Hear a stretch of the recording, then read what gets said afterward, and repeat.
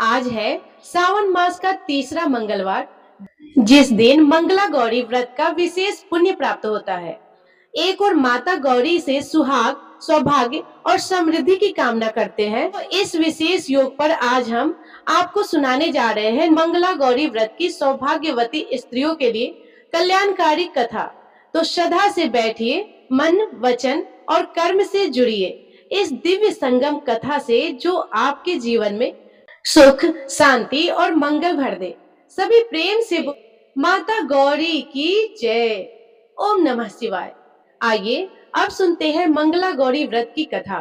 मंगला गौरी व्रत के पौराणिक कथा के अनुसार एक बार की बात है, एक छोटे से गांव में एक साहूकार अपनी पत्नी के साथ रहा करता था। साहूकार धनवान था, उसके घर में धन या सुख समृद्धि की कोई कमी नहीं थी, लेकिन फिर भी वह और उसकी पत्नी संतान न होने के कारण बहुत दुखी रहा करती थी।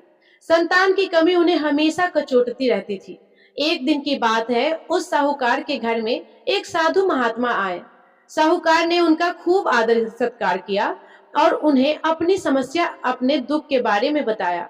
साधु महात्मा ने साहूकार की पत्नी को सावन महीने में मंगलवार को किए जाने वाले मंगला गौरी व्रत करने की सलाह दी।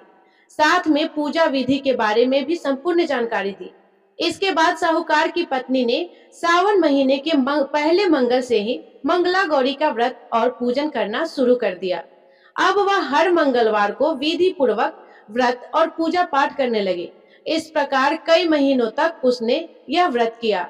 एक दिन उसकी भक्ति से प्रसन्न होकर माता पार्वती ने भगवान शिव से साहूकार और उसकी पत्नी को संतान प्राप्ति का वरदान देने के लिए कहा।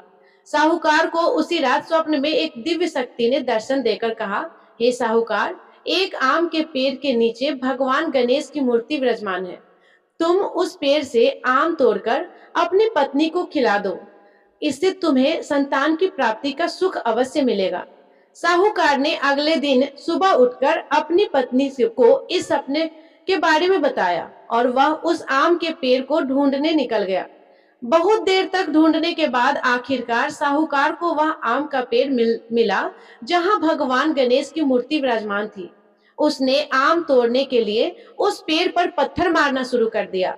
पत्थर फेंकने से एक आम तो टूटकर नीचे गिर गया, लेकिन गलती से पत्थर जाकर भगवान गणेश जी की प्रतिमा को लग गया। इससे भगवान गणेश क्रोधित हो गए और उन्होंने प्रकट होकर उस साहूकार को श्राप देते हुए कहा कि हे स्वार्थी मनुष्य, तूने अपने स्वार्थ के कारण मुझे चोट पहुंचाई है। तुझे माँ पार्वती की कृपा से संतान की प्राप्ति तो होगी, लेकिन उसकी मृत्यु 21 वर्ष की आयु में ही हो जाएगी। यह सुनकर साहूकार बहुत घबरा गया और वह वापस घर चला गया। उसने वह फल अपनी पत्नी को खिला दिया, लेकिन किसी को भी इस घटना के बारे में नहीं बताया। कुछ दिन बाद भगवान शिव और माता पार्वती के आशीर्वाद से साहूकार और उसकी पत्नी को पुत्र की प्राप्ति हुई, जिससे उन दोनों के जीवन में खुशियों का ठिकाना नहीं रहा। लेकिन साथ ही साहूकार इस बात से भी मन ही मन चिंतित था कि उसका पुत्र अल्प आयु होगा। देखते देखते समय बीतने पर वह बालक 20 वर्ष का हो गया और व्यापार में अपने पिता का हाथ बटाने लगा। एक दिन घर लौटते समय साहूकार पेड़ के छांव में तालाब किनारे बैठकर अपने पुत्र के साथ भोजन करने लगा। तभी वहां पर कमला और मंगला नामक दो कन्याएं कपड़े धोने के लिए आई और कपड़े धोते हुए आपस में बात करने लगी। कमला ने मंगला से कहा कि बहन, मैंने इस सावन मास में प्रत्येक मंगलवार को मंगला गौरी व्रत रखने का निश्चय किया है। तुम भी माँ पार्वती को समर्पित यह व्रत अवश्य करना। इससे माता पार्वती प्रसन्न होती है और उनकी कृपा दृष्टि भी अपने भक्तों पर बनी रहती है। इस व्रत को करने से मनोवांछित फल और अखंड सौभाग्य की प्राप्ति भी होती है। कमला की बात सुनकर मंगला भी इस व्रत को करने के लिए तैयार हो गई। दूसरी ओर साहूकार ने उन दोनों कन्याओं के बीच की बात को पूरा सुन लिया और अपने मन में यह सोचा कि यह कन्या मंगला गौरी व्रत करती है, इससे इसे अखंड सौभाग्य की प्राप्ति होगी, तब तो यह मेरे पुत्र के लिए योग्य वधू साबित होगा। ऐसा सोचकर वह उन दोनों के विवाह का प्रस्ताव कन्या के पिता के पास लेकर गया। साहूकार के गांव में प्रतिष्ठा और मान होने के कारण कमला के पिता अपनी पुत्री का विवाह साहूकार के लड़के से करवा देते हैं।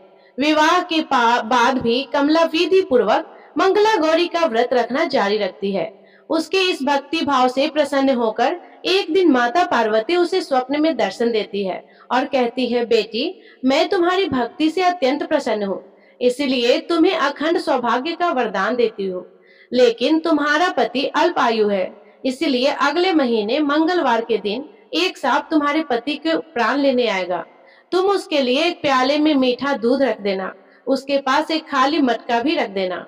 सांप दूध पीकर उस मटके में चला जाएगा, तब तुम उस मटके को ऊपर से कपड़े से ढक देना। अगले मंगलवार को कमला ने माता पार्वती की बात मानकर एक प्याले में मीठा दूध रख दिया और पास में ही एक मटकी भी रख दी।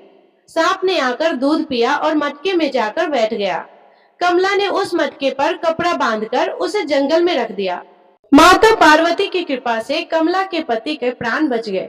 इस प्रकार मंगला गौरी व्रत के पुण्य फल से साहूकार का वह पुत्र श्राप मुक्त हो गया।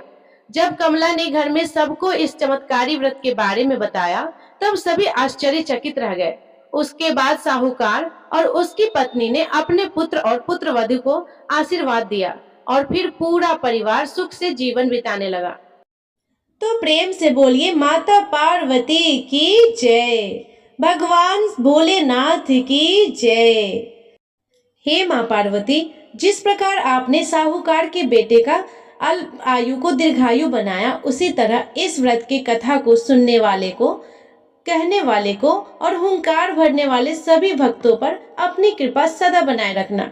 ये कथा आपको कैसी लगी कमेंट करके अवश्य बताइएगा, और अगर अच्छी लगी हो तो लाइक जरूर कीजिएगा और कमेंट में जय माँ पार्वती अवश्य लिखिएगा। और यदि आप चैनल पे नए हो तो चैनल को सब्सक्राइब करना ना भूलिएगा।